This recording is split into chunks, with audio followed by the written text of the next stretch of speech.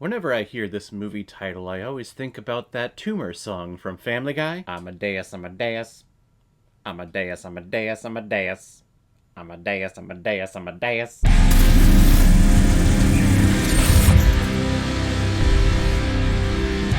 Amadeus, released in 1984 and is directed by Milos Forman, which I'm sure I'm pronouncing incorrectly, who is also behind such films like Loves of a Blonde, The Fireman's Ball, One Flew Over the Cuckoo's Nest, and Ragtime. And this Best Picture winning film is starring F. Murray Abraham, Elizabeth Berridge, Simon Callow, Roy Dotrice, Christine Ebersole, Jeffrey Jones, and Charles Kay. And the reason why we're talking about Amadeus today is because it was a PayPal recommendation and donation from a big contributor, supporter of this channel, a good friend of this channel, Jeff Fry. I am not calling him Jeffrey anymore because, as he explained in his PayPal donation message, that Jeffrey is only used by his mother when he is in trouble, and boy, can I relate to that. Though you can't really shorten Caleb to say like Caleb in just everyday speech, it's just Caleb. But I am familiar with my name being yelled a lot when I was a kid to do things because I was the middle child and I was basically the abused slave of the family. So thank you very much, Jeff, for sending in this recommendation and your support through PayPal.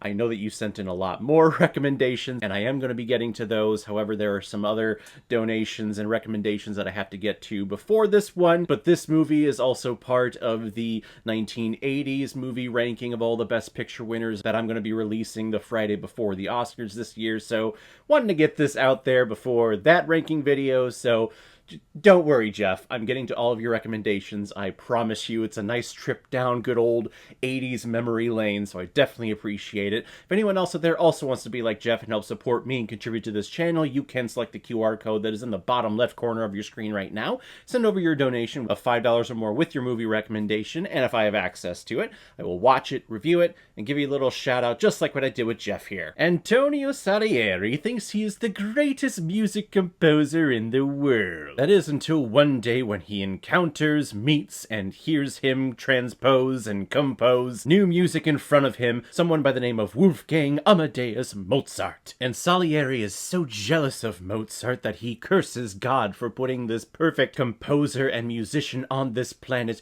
when he has done nothing but praise his name and do everything in his name for the glory of God and music composition. And yeah, buddy, I'm jealous. So Salieri spends the rest of the movie trying his best to secretly work Mozart to death, but rightfully so, because Mozart is one of the greatest composers of all time. And I like when a movie is really condensed down to its message and its story down to a very simple idea of jealousy. That's what this movie is all about. It is about jealousy. Really, nothing else. Is this here to teach you the history of Mozart and Salieri? Well, not really, because it's not historically accurate, and I know that because my undergrad was in theater, but theater was right next to the music department, so, you know, there was some crossbreeding there. Of course, my wife was in the music department too, so I spent a lot of time over there in their neck of the woods with them talking about music history, and whenever you bring up this movie, all of them would scoff and roll their eyes and talk about how this movie is so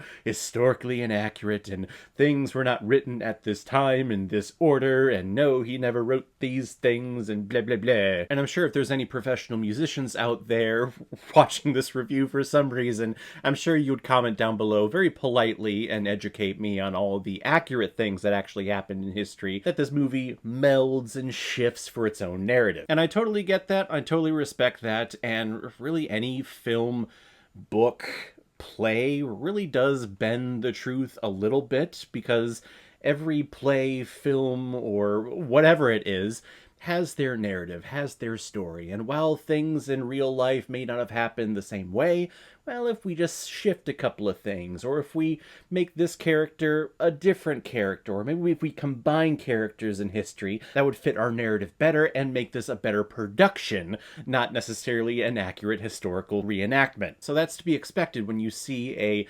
historical biographical film like this. You're not going to get the whole truth. But I also really like how they know that that's going gonna be an issue, but the way that they fix that is that they are telling this story of Amadeus and all of the things that he composed. They're telling this from the perspective of Salieri. And Salieri, this entire movie, is so jealous. He is making up stories in his mind. So yeah, of course, if he's retelling something to this person who's come to listen to him for his final rites or whatever, he's going to embellish things. He is going to make things up to make himself look better. That's what human beings do. We love to embellish a couple of things. So I do enjoy those aspects of the script and of the story that we get here. And the performances, I think, are very intriguing. I think F. Murray Abraham is pretty solid in his performance of Salieri and how he just slips slowly into madness, just seeing this perfect person who can just pick up something like that, whereas he had to work for all of his shit. And I think Tom Hulce is really great at playing just an annoying prick of a character. He knows he's that good, but he's also naive. It feels like he is still in this stage of a teenager, or even a boyish character. He doesn't dress as all the other composers in the Royal Concert Hall would dress. He composes operas about topics and places them in certain settings that, of course, would be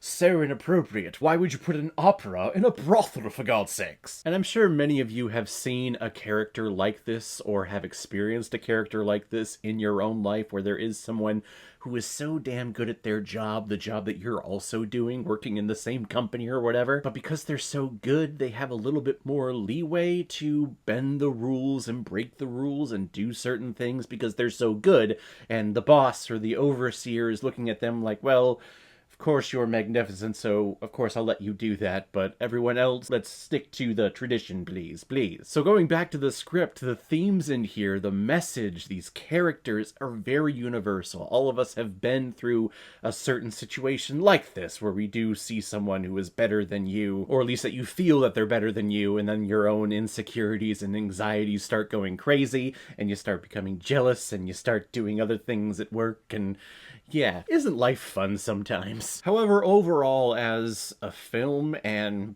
just being entertained by everything, I find myself quite bored the majority of the time. While the costuming is very accurate to the time period, and the setting is accurate, and the lighting choices that we have in here represent that of the time, it just leads to a very boring picture for me. This one feels very Oscar baity. Like, this one is presented and like, yes, this one's going to be nominated for Best Picture because it's almost a 3-hour epic, and in the 80s they were big on 3-hour epics being nominated and especially winning Best Picture during this decade. So seeing this one against all the other nominees that year, I mean, yeah, it's basically a shoo-in for the win of Best Picture that year. Is it a movie that I'm craving to go back to and watch over and over again? Probably not. This may actually be the last time that I ever watched this movie, like, volunteering to. But I will say, I have watched it multiple times, one for my ranking of the Best Picture winners of the 1980s, and then also for this recommendation.